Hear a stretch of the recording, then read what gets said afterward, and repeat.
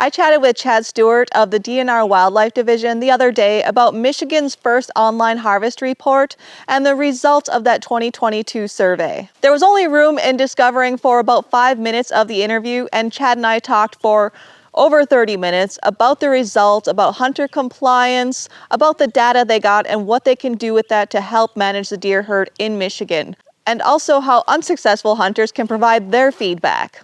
Plus, I had Chad help me understand the Antlerless permit system in the UP. Yeah, so we had the new online mandatory harvest reporting and the new numbers coming out, and it's now mid-January, so it's past deer season and muzzleloader season and everything. Do you have all the numbers now? There's still a little bit more coming in. We've got 3 counties in the southeast that have what we call an urban archery season still going on. It's like Wayne, Oakland, Macomb. And that runs through, the end of January.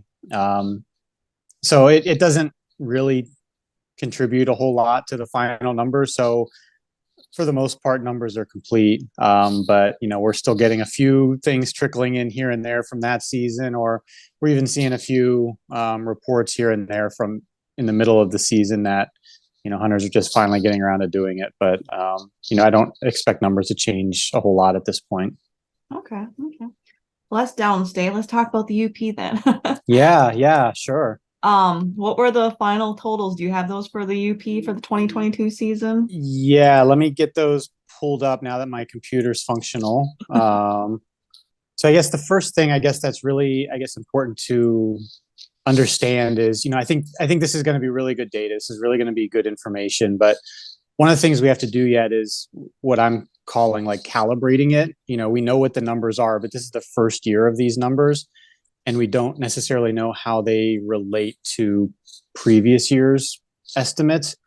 So once we start doing some of that calibration and understanding what means what, we'll have a little bit more context behind this. But for the most part, I think it's going to be really good. It just takes a little bit of time. But so the numbers are what they are. And for the UP, I'm looking at 22,784 deer reported for this year. Obviously, that's not going to be the entirety of the harvest. And I've talked with some individuals that that said, wow, this is the lowest harvest the UP's ever had. And it's important to point out that this isn't representative of the actual harvest. This is the reported harvest, because we're still learning what compliance rates are, what percentage of individuals haven't reported. So that number ultimately is going to be a lot higher. Where it lands, I don't know. It'll probably be in the high 20s, maybe even low 30s. But this is the number that's reported. So we have to kind of calibrate or kind of correct for that.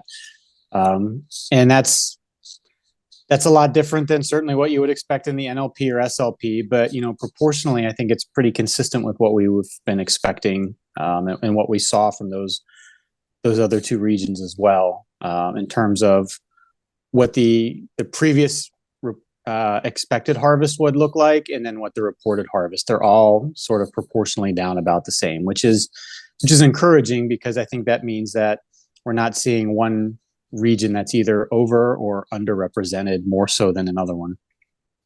Okay. Yeah, I was going to ask like how those numbers stacked up against, previous years, but I guess it's probably hard to determine just because there wasn't a reporting. I mean, it was kind of like that, not mandatory, obviously, that volunteer reporting and however else that your other methods used. Yeah, if you were to just take this number and just compare it with previous years, it would look a lot lower. But you're also, switching, our harvest estimate systems around. I don't know where our compliance rates are going to fall. It's my guess, or my gut tells me it's probably going to be in that 70 to 75% range, which basically means increase your estimate by 25 or 30%. And, if you're looking at, 22,000, you're probably looking at another 5,000 to 6,000 deer on top of that, which puts it right around that 28,000 range. And that's pretty consistent with where we were last year. Okay.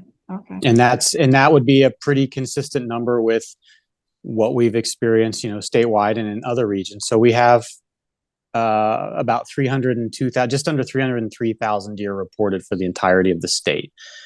We typically experience or estimate a harvest of around 400,000. So, if that number is accurate and this season is pretty consistent with previous seasons, then you're looking at a compliance rate of 3 out of 4, 75%.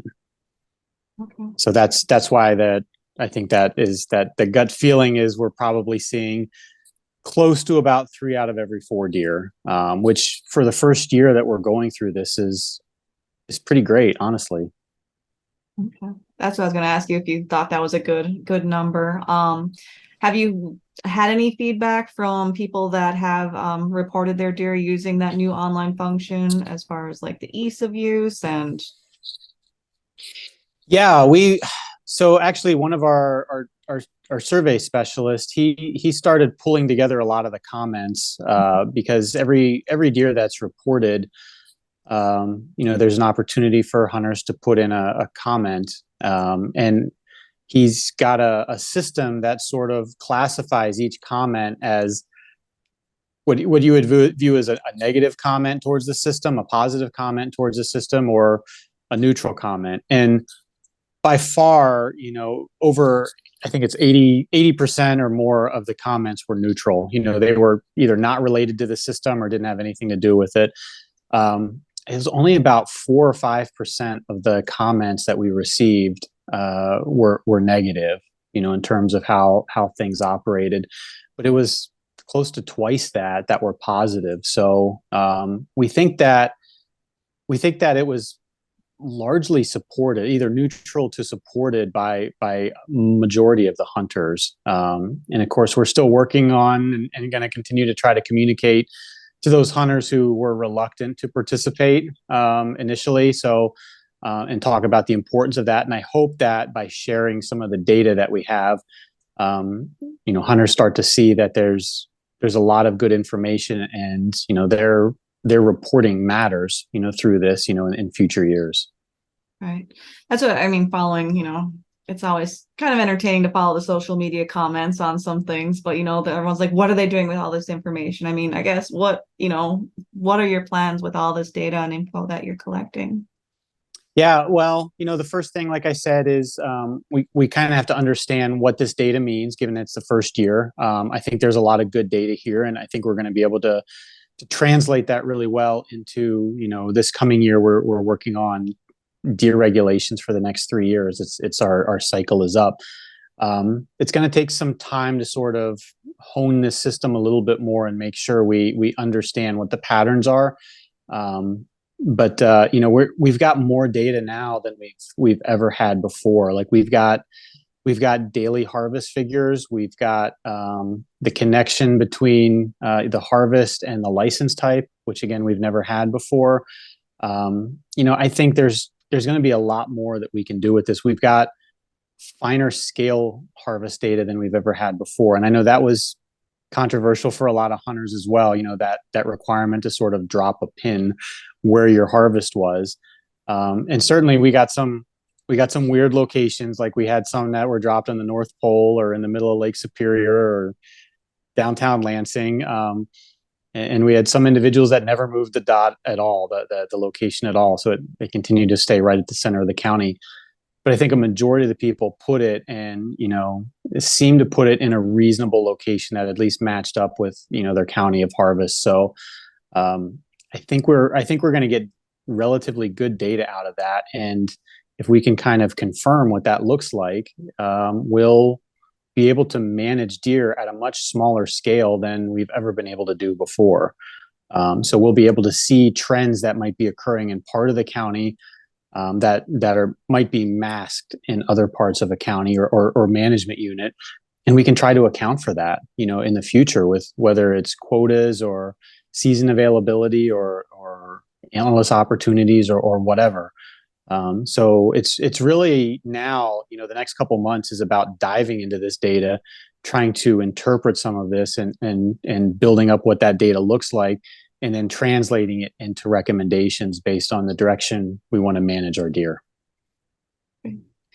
Is there any, with all that, anything that surprised you or any interesting kind of facts that came out of all that so far?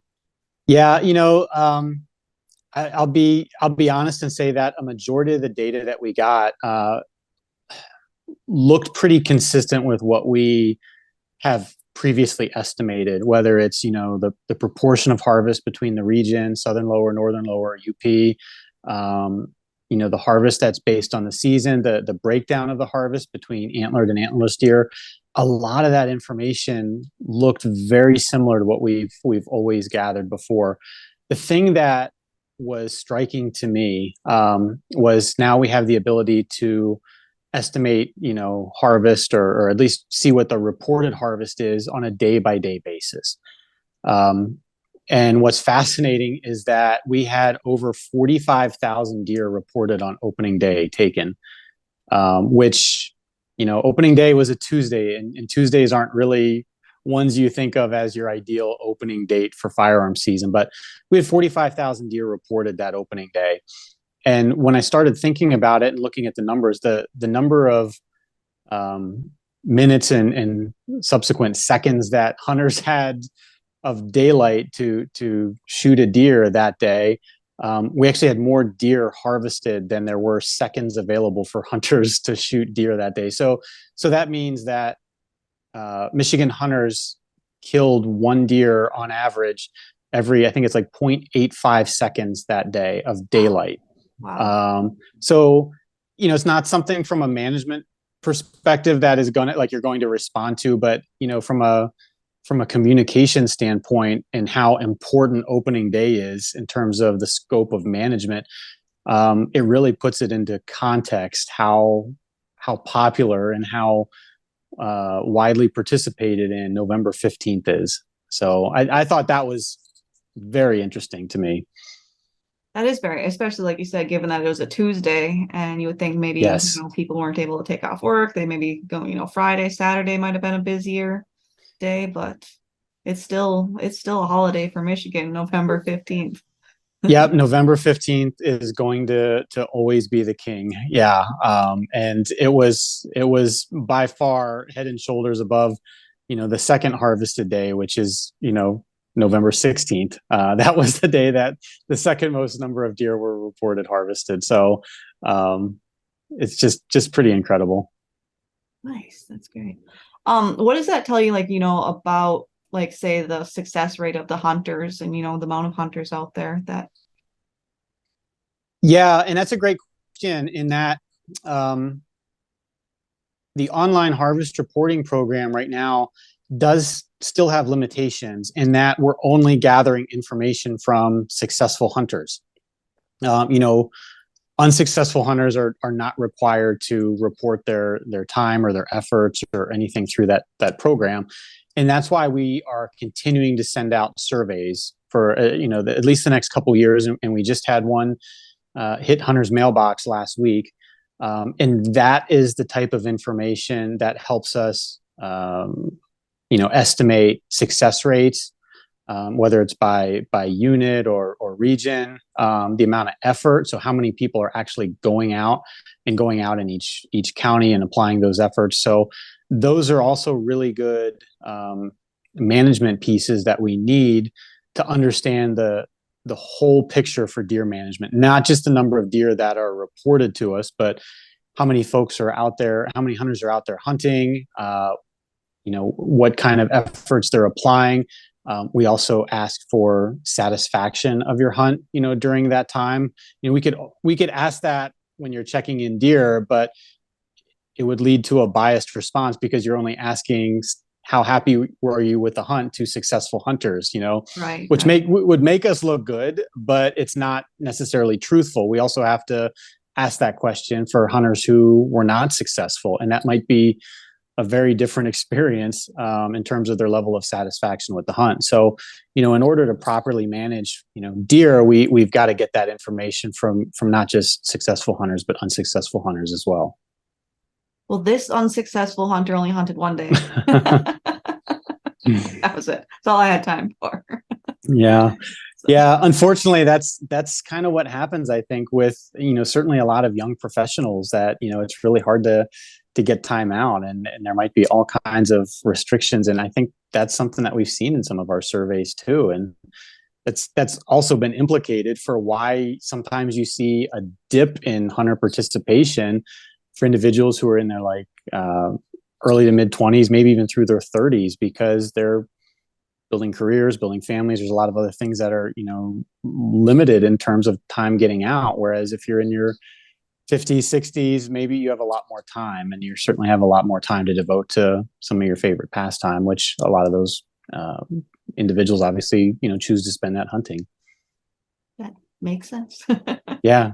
Yeah. There's always next year. Yeah. Anything else that any kind of looking at the UP, and county by county, are there any counties that you feel maybe were lower or higher than you expected as far as the totals that came in?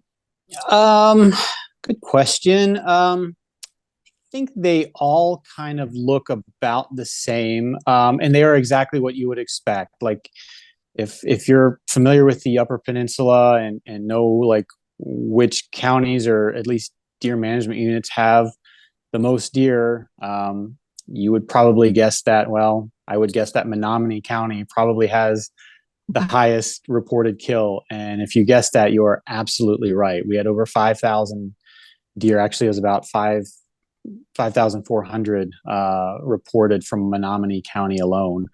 And then the next closest is Delta County, not too far from there. And right below that is Dickinson County, or in Iron County. So it's all in that sort of south central part of the UP, which we know that deer numbers are better there than as you get further north into the Superior shoreline.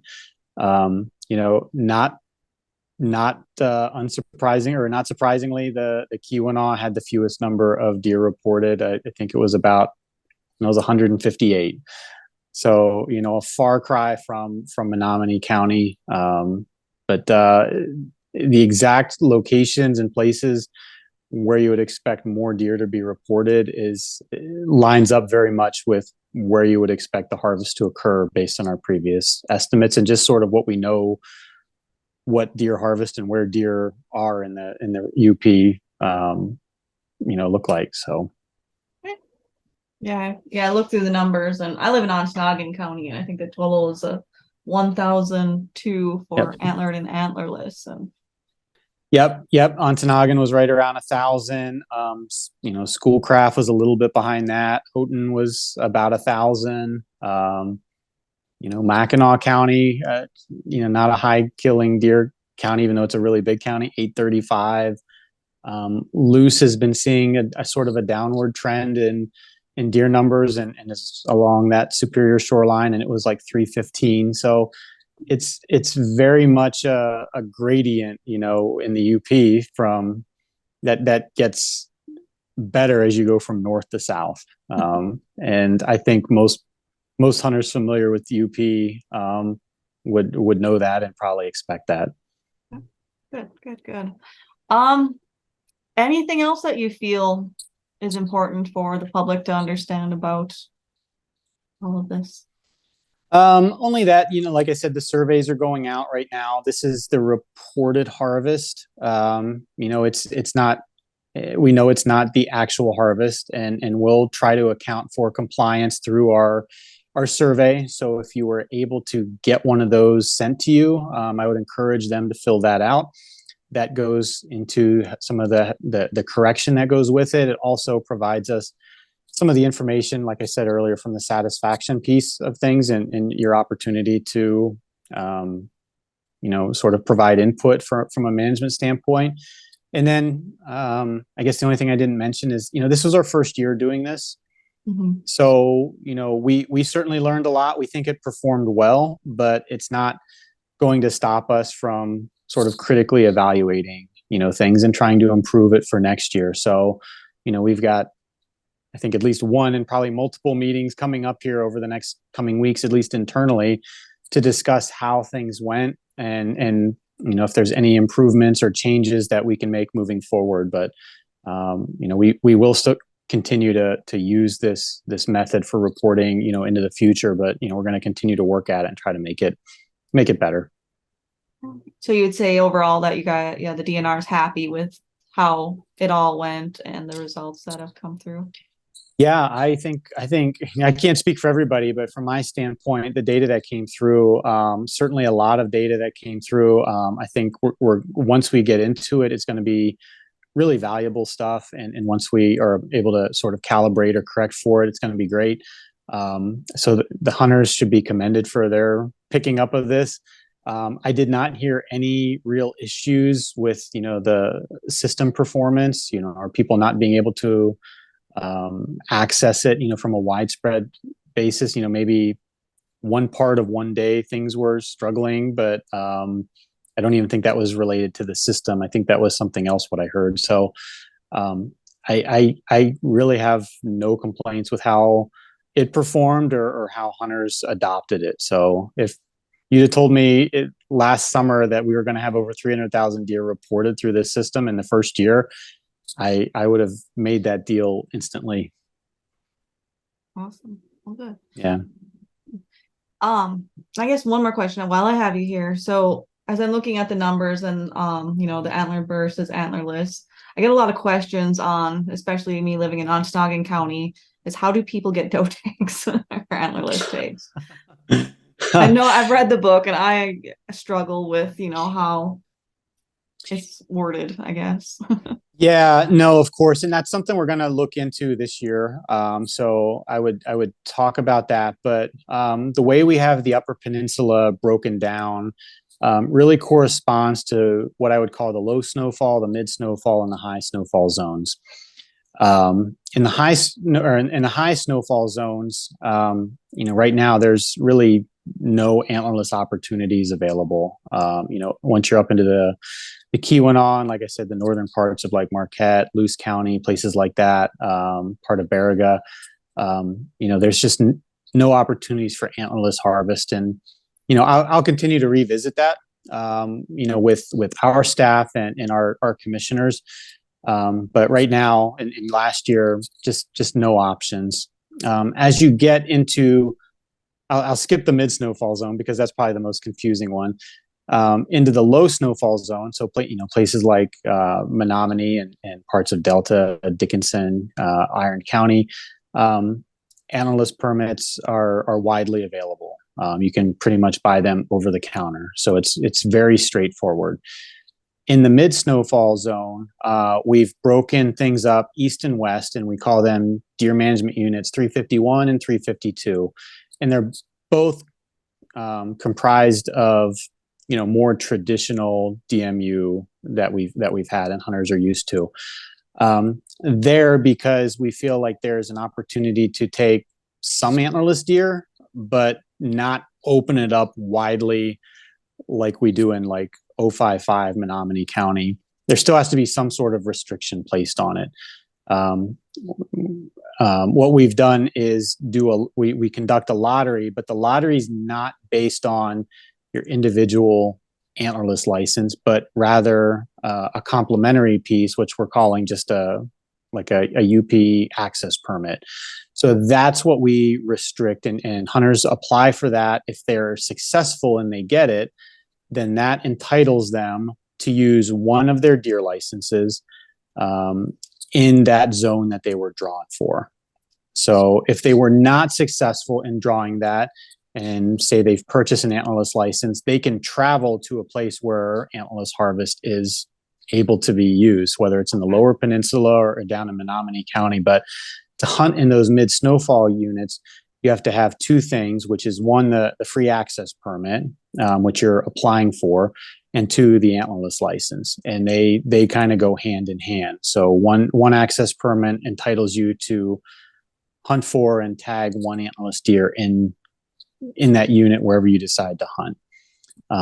So it's kind of a new system, but because we went to this universal antlerless license for the state, we still needed a way to try to restrict antlerless harvest in those places that were sort of in between closing antlerless harvest down and opening it wide up. So we have this lottery system available, and it's just a complimentary access permit.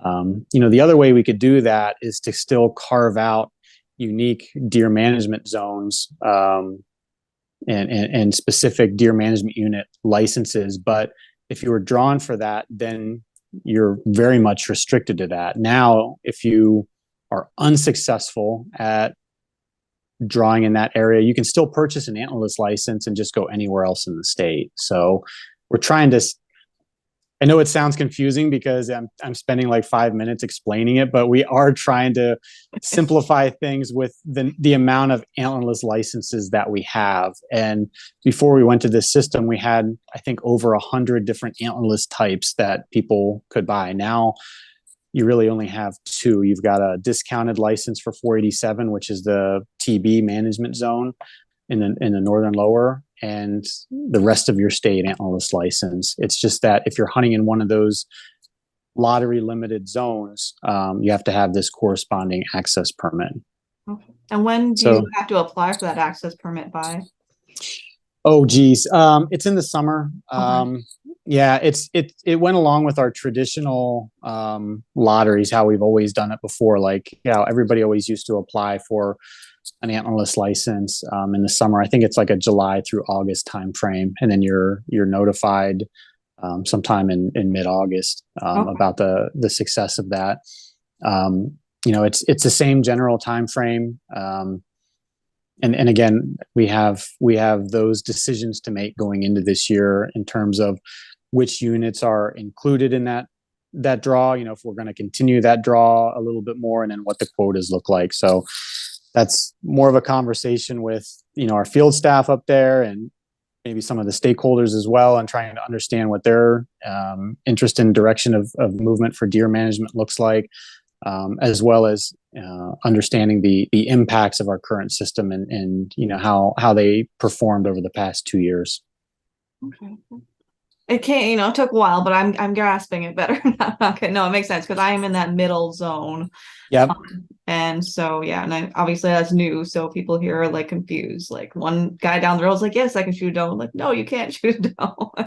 you can if you were drawn for that for the access permit. Yeah. So not everybody's going to have the opportunity to do that, but for a select few, and again, that's based on we know that the deer population in a lot of that area is probably pretty low and can't support just widespread giving antlerless licenses to everybody. But at the same time, we can certainly afford some opportunity in some individuals, the opportunity to take antlerless deer. So if we can do that and the deer herd can support that, then we should certainly encourage that. And that's how a lot of that generated, to try to marry the wide open universal antlerless license where you don't even have to draw, you just pick it up over the counter, with, well, that still can be used, but it can't be that widespread in certain parts of the state. That makes sense. Okay. Thank you. It only took 10 minutes to describe it, but it makes sense, right? Yeah, it makes sense. It makes sense. Awesome. Anything else you should feel like should cover regarding the whitetail deer population or anything this year leading up to? Geez. No, I think it's going to be, it's every year I think is big for whitetails. But on these deer regulation cycle years, there's always added conversation, because, there's new proposals, new potential changes that are coming forward.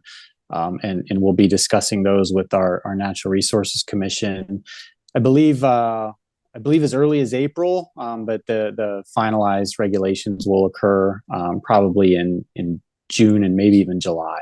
Okay. So this spring and this summer, there'll be more discussion about deer regulations, and I'm sure people will be hearing about it year round. It seems like it, yeah.